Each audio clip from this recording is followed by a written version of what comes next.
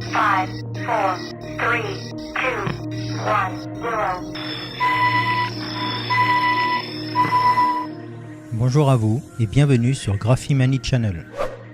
Chercheurs de vérité, ufologues, amis de la Terre, du web et curieux du monde, merci à vous tous pour votre soutien et curiosité envers mes 2 dernières vidéos et merci à vous qui percevez le message que je tente de transmettre en termes simples et accessibles. Alors c'est parti, poursuivons notre enquête et débutons cette nouvelle analyse par l'ISS, la Station Spatiale Internationale, magnifique prodige de technologie. Je précise que ce fond derrière moi, en ce moment, est un montage, une animation réalisée par ordinateur. Ceci pour vous montrer la facilité à ce qu'une vidéo paraisse vraie, si on n'est pas très attentif. Ceci pour les quelques trolls récurrents et irréductibles qui ne font pas bien la différence entre image vraie et animation CGI. Mais on ne peut pas vraiment en vouloir à ceux qui ne sont pas encore vraiment conscients, ne serait-ce que d'eux-mêmes. Donc comme promis, j'ai poursuivi un peu plus loin mes recherches sur les anomalies de ce monde. Et j'ai le plaisir de vous présenter dans cette vidéo des éléments vraiment intéressants. On m'a renvoyé depuis ma dernière vidéo, bien sûr, une montagne de liens divers, renvoyant à ce genre d'images comme celle que vous regardez en ce moment, pour me démontrer et justifier que ces images de la Terre étaient soi-disant réelles et vraies. Et c'est une preuve, parce que ces images existent. Un point, c'est tout. D'accord. Je sais de quoi je parle. Je suis un spécialiste et j'en dirai pas plus. Ok. Bien. Parlons-en plutôt entre nous alors, si vous le voulez bien. Une des belles récentes installations sur l'ISS est nommée la coupole. C'est comme une tourelle qui permet une vision panoramique à 360 degrés depuis l'ISS, orbitant au-dessus de notre planète. Le pied que ça doit être, et j'imagine quel beau et incroyable panorama. Et voici ce qu'on a le plaisir de voir d'après la NASA. Je vous laisse d'abord en profiter un instant, avant d'être vraiment et totalement déçu par ce faux et grossier montage. Le prennent-ils vraiment pour des gentils moutons ? Et à quel point? Je vais vous montrer de suite. D'abord, pour pouvoir observer la Terre de cette façon, il faut connaître la hauteur de l'orbite de l'ISS autour de la Terre. Donc, merci Wiki. Nous pouvons lire ensemble. Périapside, 330 km. C'est l'orbite la plus basse de l'ISS. En dessous, risque de décrochage. Et l'apoapside, à 420 km, c'est l'orbite la plus haute ou éloignée. Bref, le point culminant de l'orbite elliptique. Donc, orbite de l'ISS entre 330 et 420 km, mini-maxi. Ouvrons notre outil sympa que vous reconnaissez tous et faisons une comparaison par simulation. Vous pourrez tous essayer cela chez vous. Vous trouverez la hauteur de vue en bas à droite. Vous remarquez tous mieux maintenant que c'est impossible, placé entre ces 2 orbites, de voir la Terre de cette façon, comme montré sur ces soi-disant vraies images de la NASA, et que de plus, sur toutes les autres images visibles et fournies par la NASA, l'orbite de l'ISS est en réalité si basse que nous devrions voir au moins tous les détails comme ici. Les reliefs, la végétation, les points d'eau, les dunes. Bref, commencez à saisir. Mais passons à mieux encore. Repassons encore cette vidéo depuis la coupole, juste pour vérifier à quelle distance il faudrait monter en orbite de l'ISS pour voir la Terre ainsi. Vous pouvez lire comme moi, au minimum 16 000 km, au lieu des 420 maxi possibles, soit à plus de 40 fois la distance officielle et actuelle de l'ISS. Oui, 40 fois plus loin. Alors, réel ou pas? Mais de plus, regardez bien le mouvement de rotation de la Terre à travers les hublots de la coupole. Et comparons avec une simulation de la rotation de la Terre, que je place avec le même sens de rotation bien sûr. Et regardez bien, le parallélisme avec la rotation de la Terre, les continents, et regardez à nouveau ceux des hublots de la NASA, les uns par rapport aux autres. Vous ne remarquez rien? Tous en différents sens, entrecroisés? Mais que nous font les graphistes de la NASA? À votre avis? Pendant bien longtemps, j'étais comme vous, fervent admirateur de la NASA et de leur capacité technologique, j'avoue. Et comme vous, ou du moins comme certains parmi les plus curieux, depuis que j'ai commencé à regarder d'un œil moins contemplatif leurs documents, photos et vidéos, bref à regarder d'un œil vraiment plus cartésien, tout un tas d'anomalies, d'incohérences ont commencé à surgir. Je dirais même à jaillir au regard, et surtout maintenant, à ma conscience. Poursuivons maintenant par des extraits de sorties d'astronautes dans l'espace depuis l'ISS. Sortie nommée EVA, ici l'émission numéro 30 et 42. Vous ne remarquez rien vraiment? Ou plutôt n'entendez-vous rien de particulier? Et à propos, comment se propage le son dans le vide de l'espace? Vous pouvez lire comme moi. Alors que pensez de tout cela? De plus, de multiples expériences démontrent et confirment cela aisément.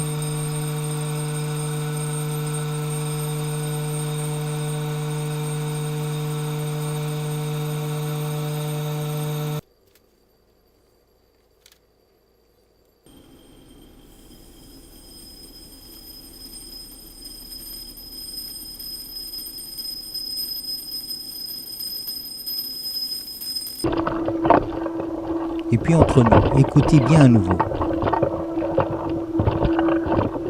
À quoi cela vous fait-il penser vraiment, ce genre de son? Ce bruit de gargouillis étrange. Cela ressemble quand même beaucoup à ceci, non? Bizarre quand même. Mais n'est-on pas dans l'espace normalement? Comment cela se peut-il? Écoutez bien aussi quand l'astronaute passe de l'extérieur, donc du vide, à un intérieur pressurisé.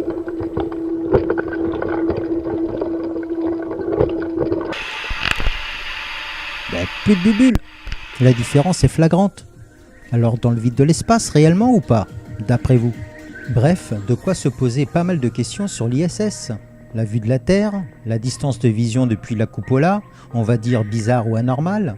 Et on a en plus maintenant le son étrange enregistré sur une GoPro, alors que dans le vide, pas de son normalement. Mais que de plus, ce son ressemble vraiment beaucoup à une plongée sous-marine. Mais ils ne peuvent pas être dans l'eau à bord de l'ISS. Pas comme lors des entraînements sur Terre quand même. La NASA ne peut nous faire une chose pareille. Et ne serait-ce pas des bulles? Oui, ici. Et encore ici. Et que voit-on là? Un plongeur en bouteille dans l'ISS, dans l'espace. Que dire? Que penser avec tous ces indices et faits surprenants? Passons maintenant à une autre série tout aussi étrange de la NASA. Nous avons tous vu ces belles images de levée de terre vues depuis la Lune, que ce soit avec les anciennes missions Apollo ou la sonde japonaise Kaguya plus récemment. Déjà, regardez bien. On remarque que la Terre a de multiples et différentes tailles selon les clichés ou les années. Alors laquelle est vraie parmi tout cela? Et si on les compare maintenant avec les images du télescope DSCO-VR, on recule 4 fois plus loin encore que la distance Terre-Lune, soit à 1 600 000 km de la Terre. En s'éloignant, on devrait voir la Terre rétrécir au lointain, logiquement. Waouh! Plus on s'éloigne et plus la Terre grossit. À ce point. Donc, sur la Lune, de près, on voit comme ceci, avec la Terre au loin. Et là, en reculant 4 fois plus, la Terre regrossit comme une planète géante. J'aimerais bien qu'on m'explique comment ou pourquoi. Si ces images du DSCO-VR étaient vraies, on devrait donc tous voir depuis la Lune comme ceci. Non? D'après vous? Pour passer à la suite, revenons sur Terre et consultons les cartes et plans officiels, étrangement modifiés ou dénaturés à notre aperçu ou réflexe visuel. Prenons un exemple. Regardons ce map que vous connaissez tous en projection Mercator. Nous avons de ce côté le Groenland, ici. Et par ici, un continent, l'Afrique. Si vous la regardez bien et comparez, on pourrait croire que le Groenland est quasi aussi grand que l'Afrique, ou à peu près, assez proche en taille, bref. Alors recherchons les dimensions officielles de chacun des deux. Nous avons donc Groenland, 2 166 000 km². Et l'Afrique, 30 millions de km². Tiens, bizarre, à vous de me dire. Bref, l'Afrique devrait être 15 fois plus grande que le Groenland. Ou bien l'inverse, le Groenland 15 fois plus petit. Une erreur minime de 3 à 5%, pourquoi pas? Mais 1500% d'erreur ou de marge d'erreur, c'est du costaud quand même. Allez, encore un exemple vite fait. Cette fois-ci, la Russie est comparée toujours à l'Afrique. Bon, à première vue, la Russie semble environ 2 fois plus grande que l'Afrique. Recherchons donc la superficie de la Russie. Voilà, 17 millions de km². Et toujours 30 millions pour l'Afrique. Donc en réalité, la Russie est presque 2 fois plus petite que l'Afrique, et non l'inverse, comme suggéré par ces cartes. Cherchez aussi de votre côté, vous en trouverez d'autres. Bien sûr, c'est de la projection Mercator qui déforme les tailles, mais à ce point, c'est pas évident à comprendre. D'un réflexe visuel jusqu'à l'empreinte de notre inconscient, il n'y a qu'un petit pas. Alors dans quel intérêt tout ceci et à quel point? D'après vous, qui fournit les cartes, les normes? Qui gère la géopolitique mondiale? Revoyez mes 2 dernières vidéos, il y a les indices. Et enfin, une dernière anomalie, une vraie perle à propos de l'ISS. D'abord, une petite séquence sur l'entraînement en zéro gravité, ou 0G, de l'ESA, l'agence européenne, pour simuler la pesanteur à bord d'un avion A300 spécialement préparé pour cela, qui décrit des paraboles en montée et en descente, et donc c'est en phase de descente que l'effet gravité zéro est simulé comme dans l'espace. Ce but est de vous montrer comment se passe le mouvement des cheveux longs en zéro gravité. Regardez bien la jeune femme blonde et ses cheveux flottants et libres, en apesanteur simulée. Admirez la liberté de mouvement de la chevelure. Retournons maintenant à bord de l'ISS avec une femme astronaute. Cheveux longs également, mais brunes. J'imagine que la couleur des cheveux ne change pas la réaction ou le mouvement des cheveux. Regardons bien, que se passe-t-il? Les cheveux paraissent en l'air comme en apesanteur, pourtant ils sont tous solidaires, comme fixés par 2 litres de lac. Bah pourquoi? Oui, pourquoi ne pas les avoir fixés alors normalement si c'est laqué? Ou est-ce pour nous faire croire à l'apesanteur dans l'espace? C'est à nous tous, à moi, à vous, de chercher à comprendre, de vouloir voir ce qui est réel ou pas. Est-ce logique ou normal de voir tout cela ainsi? De telles anomalies sur l'ISS, sur la vision de notre Terre? À vous de répondre ce que vous aimeriez voir ou avoir réellement. Je vous dis à bientôt pour un prochain épisode. Soyez ouverts, soyez curieux, soyez aware. Belle semaine à vous. Namasté.